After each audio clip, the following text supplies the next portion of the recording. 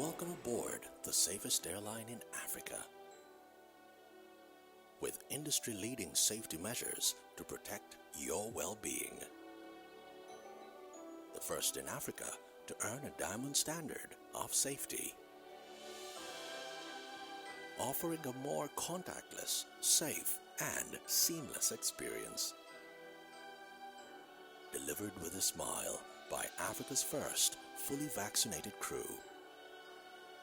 Creating special memories that bring the joy back to flying, so you can continue making memories with your loved ones. Book your flight with Rwandair today.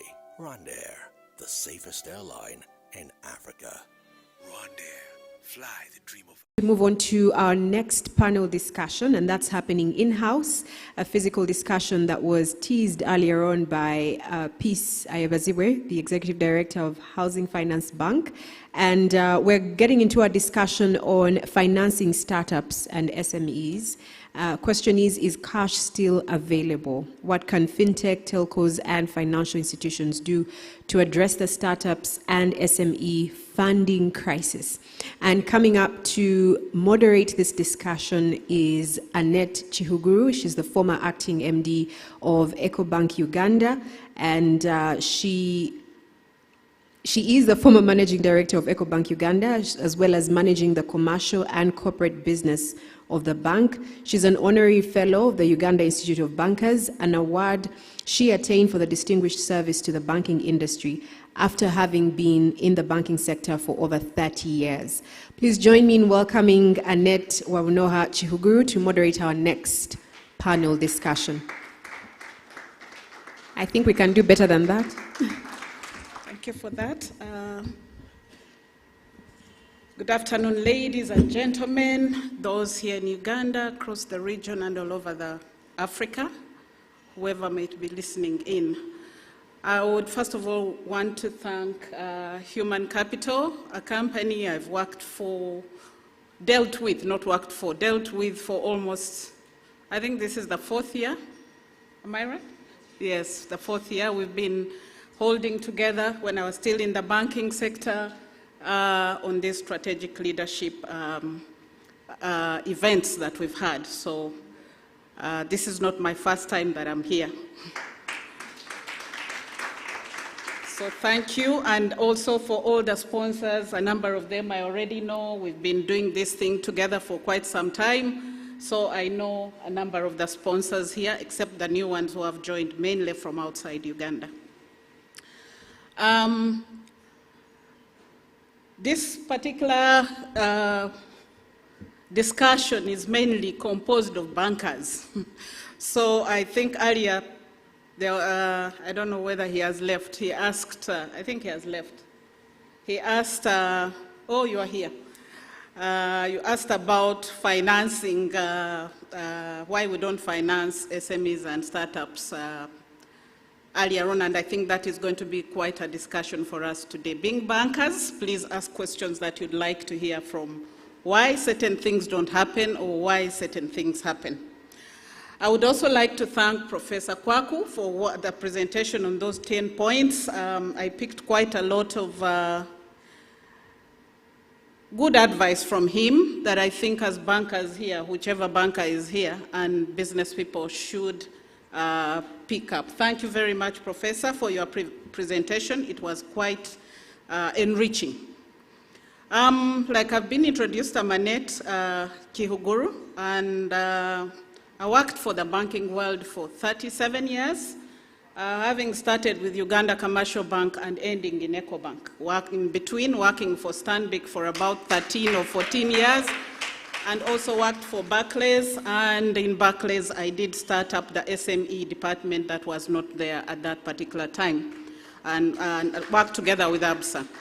So the experience, yes, I have, and I've been fortunate enough to have been running businesses in most of my life that I was working in as a bank.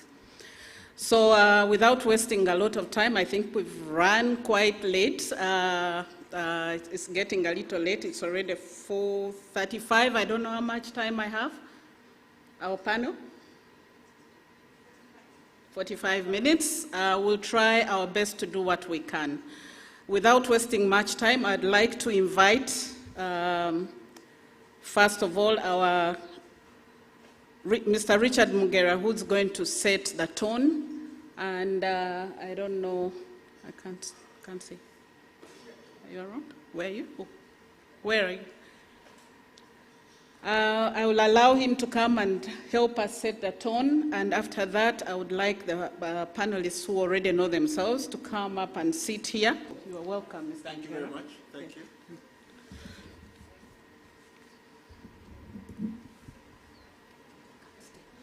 Setting the tone, you said, huh?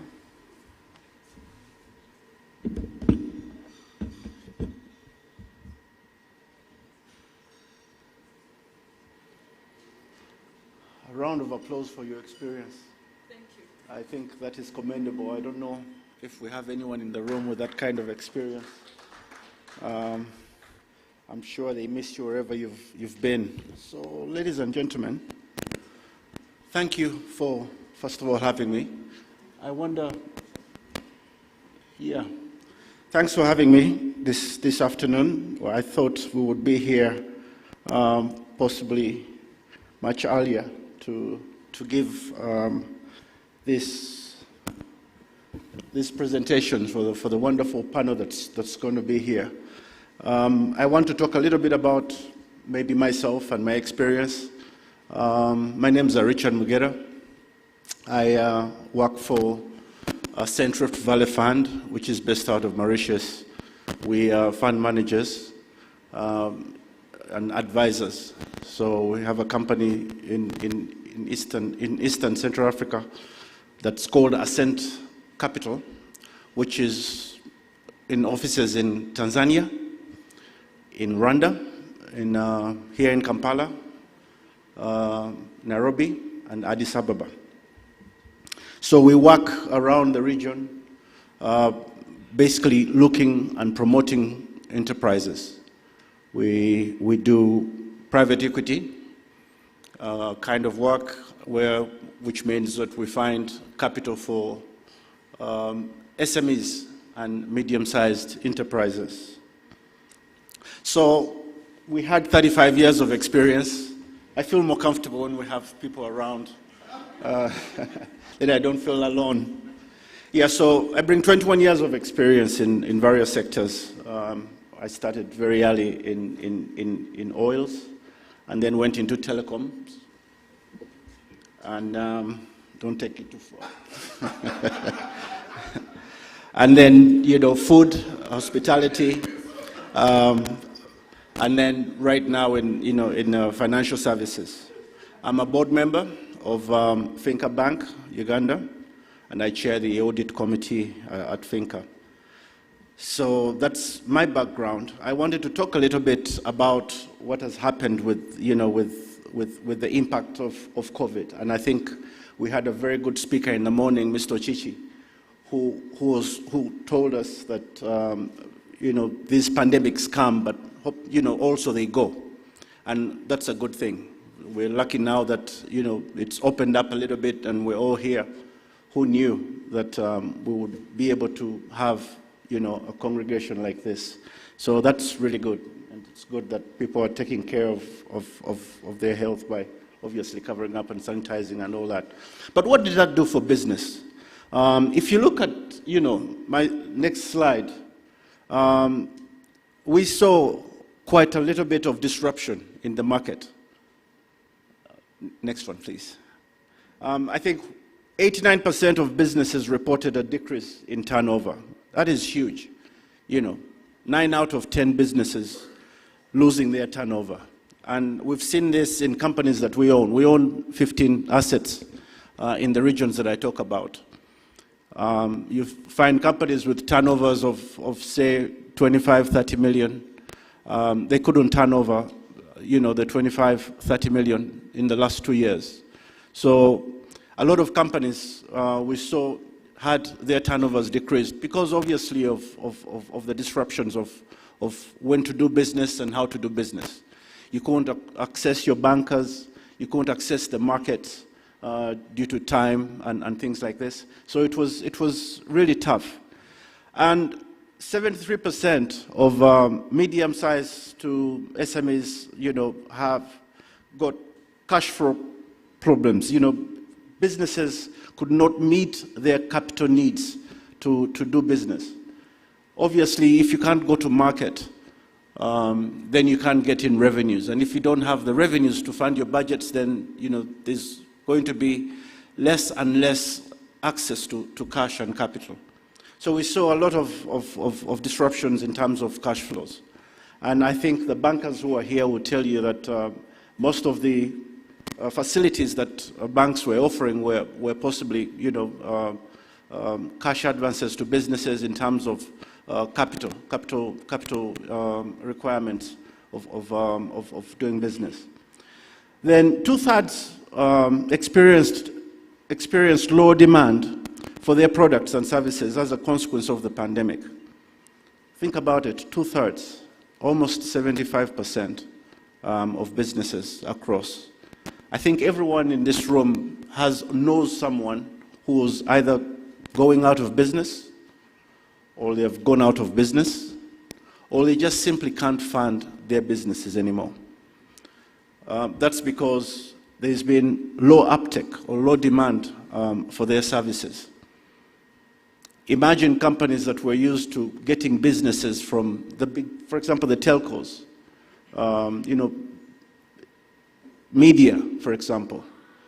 I don't know anyone here who was in media, but even media suffered. A lot of the print media, you could not get the papers bought because there was no one in the offices. And then you have to find other ways of reaching, masses. So financial institutions, most important sources of business advice for SMEs, because they see and they talk to a lot of business owners and then share that knowledge together with others. Then we saw that 41% said that they received, government support. I think there are some sectors that received government support. By show of hands, is anyone who has a company that got government support in this room? I didn't think so. So 41%, so four out of 10 businesses claim they received some kind of support in terms of informational material. Also, 90% received bank support, and that was through restructuring of the bank loans, which was mostly needed, I guess. How do you pay, how do you meet your obligations to your lenders if business is closed, or if you're working 50% of the time? We have businesses where most of the clients were coming to the shops or to the branches after 5 or 6 o'clock, and that's when the curfew started. So what happens to those businesses? They're losing out. They're losing out on those customers. So many banks took it to themselves, and I think the regulator helped a lot in there in restructuring a lot of these loans to the banks. Yeah. Then 2/3 of the businesses benefited from digital solutions, particularly payments and marketing. I think every one of us now knows how to use a telephone payment system.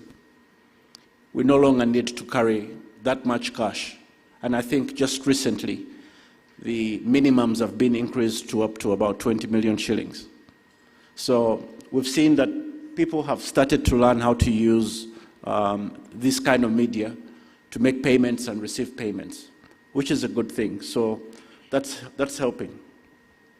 And then businesses reported needing additional financial relief in the form of government tax breaks, restructured loans, short and long-term bank financing. Okay? So financing SMEs, that would be the next slide.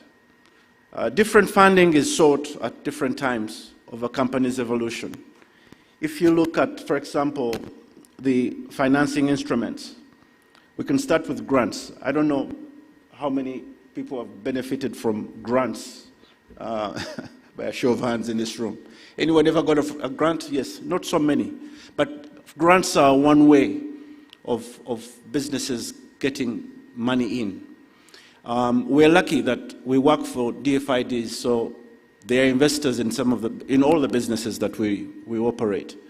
And because of the pandemic, we saw some of those investors like CDC coming in with grants to help the businesses that were suffering. I think probably I see other fund managers in here who might have benefited from that. So a lot of businesses that have these kinds of investors bring in, this kind of capital in forms of grants. Another financing instrument we see is, especially in sub-Saharan Africa, with trade financing coming, operational capital, meaning refinancing and restructuring of companies.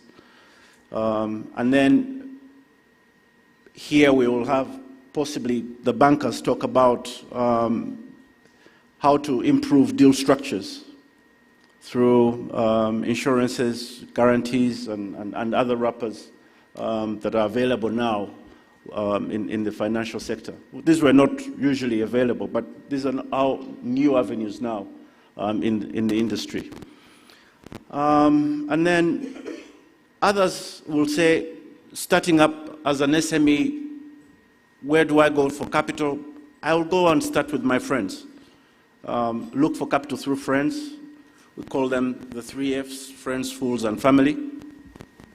Many businesses start up through friends and family.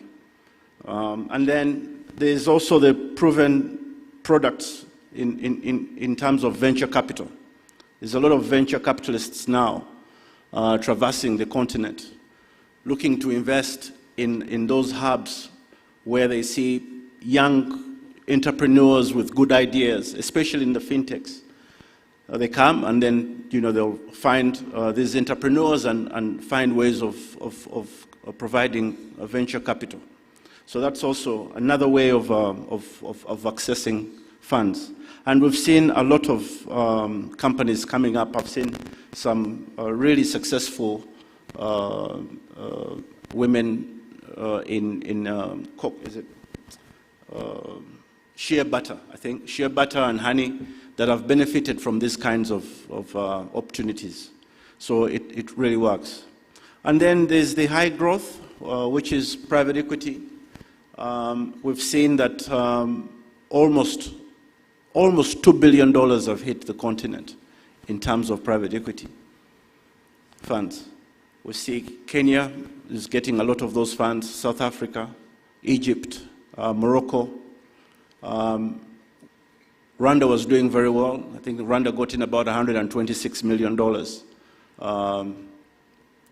in terms of new investments going in. So there's quite a lot of uptake in terms of PE and impact funds. I want to not speak too much about impact because the previous speakers spoke about impact funds from DFIDs. And then strategic investments, M&A, and we've seen, for example, here, we are counting on the $10 billion that's coming in from Total and the Chinese CNOOC. Those are strategic investors who are obviously coming in for the oil. And we will see a lot of money trickle down, in the economy because of that. And then the capital markets and IPOs. Anyone here invested in MTN? Show of hands? Anyone? No? Okay.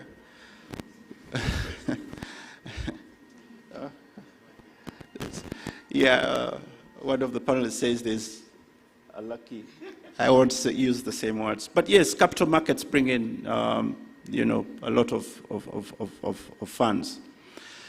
And then the thing is how to access these funds. And in the room I see fund managers, but they will all tell you is that they are looking for where to invest.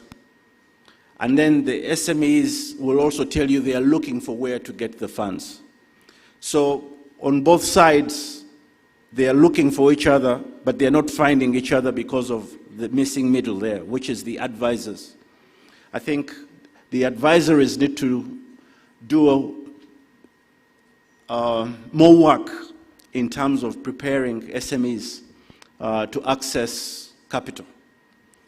I think that's usually where the issues are. And then to access capital, an SME has to know what kind of, or where they lie in the capital structures. Do I go to a capital market? Do I go to a strategic investor? Do I go to a PE firm, a VC firm?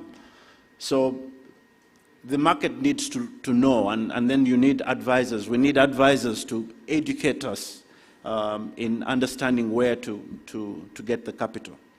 So that's what company needs. They need different financing suited to different investors at different stages of growth, and then a clear understanding of which stage a particular business is important. Yeah. That next slide is where is Africa's startup activities concentrated. I think we spoke about Morocco. We spoke about Egypt. You see, Egypt has, despite it being known as a desert, but they bring in a lot of agriculture funds. Rwanda, Uganda, Kenya, we've seen, a lot of money coming in terms of startups. And obviously then, South Africa. So that's been the broad spectrum of finance, and where to basically get financing, depending on which level of business that you are. Yeah. Without taking up too much more time, I think since we've lost a lot of time already, I'll let the moderator take over from here. I think now they're very well situated in their seats and can start off after. Yeah. Thank you for having me. By Nation is your go-to website for exclusive content with in-depth stories, analysis, and detailed coverage. Sign up with these quick and easy steps. Visit www.monitor.co.ug. Sign up for free for a limited period of time with either Facebook or Google. Or you can enter your email address, password, followed by your phone number. Click Sign Up. You are now a registered user. Your privacy will be protected when you share information with us. This registration is part of our effort to understand our audiences and make better business decisions to serve you better. For any queries, please contact us on 0312 301 230 or email us at customercareug@ug.nationmedia.com. Monitor, powered by Nation. Terms and conditions apply. Welcome to Nobel. Internet is not only important, but is part of us now. We use it in our studies, at work, home, and while going about our daily errands. However, an inconsistent internet connection is common and can be frustrating. But the good news is, we are here to the rescue. At Rock Telecom, we strive to promote integrity, dependability, innovation, customer service, and open-mindedness. Visit our website www.rocktelecom.co.ug for more information. Rock Telecom. Rock Telecom is licensed by the Uganda Communications Commission.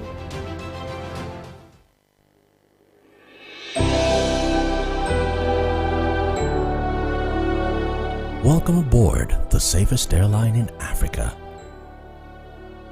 With industry-leading safety measures to protect your well-being. The first in Africa to earn a diamond standard of safety. Offering a more contactless, safe, and seamless experience.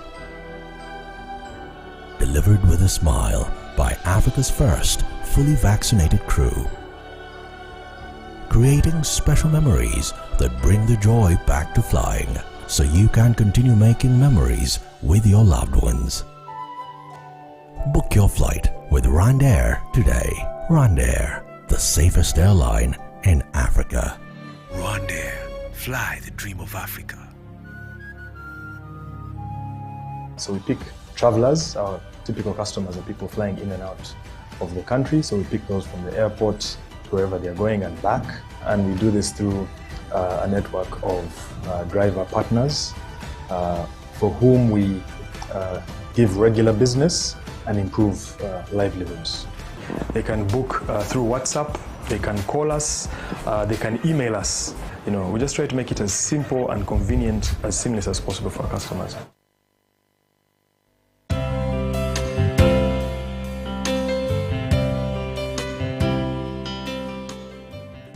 What is creating shared value all about? CSV is short for Creating Shared Value. It is a powerful business management concept that can promote companies to think differently about their approach to social and environmental issues. It is a strategy for addressing society's challenges through profitable business models. It's all about policies and practices that enhance the competitiveness of companies while improving social and environmental conditions in the regions in which they operate. CSV is not CSR. Creating shared value goes beyond philanthropy or corporate social responsibility.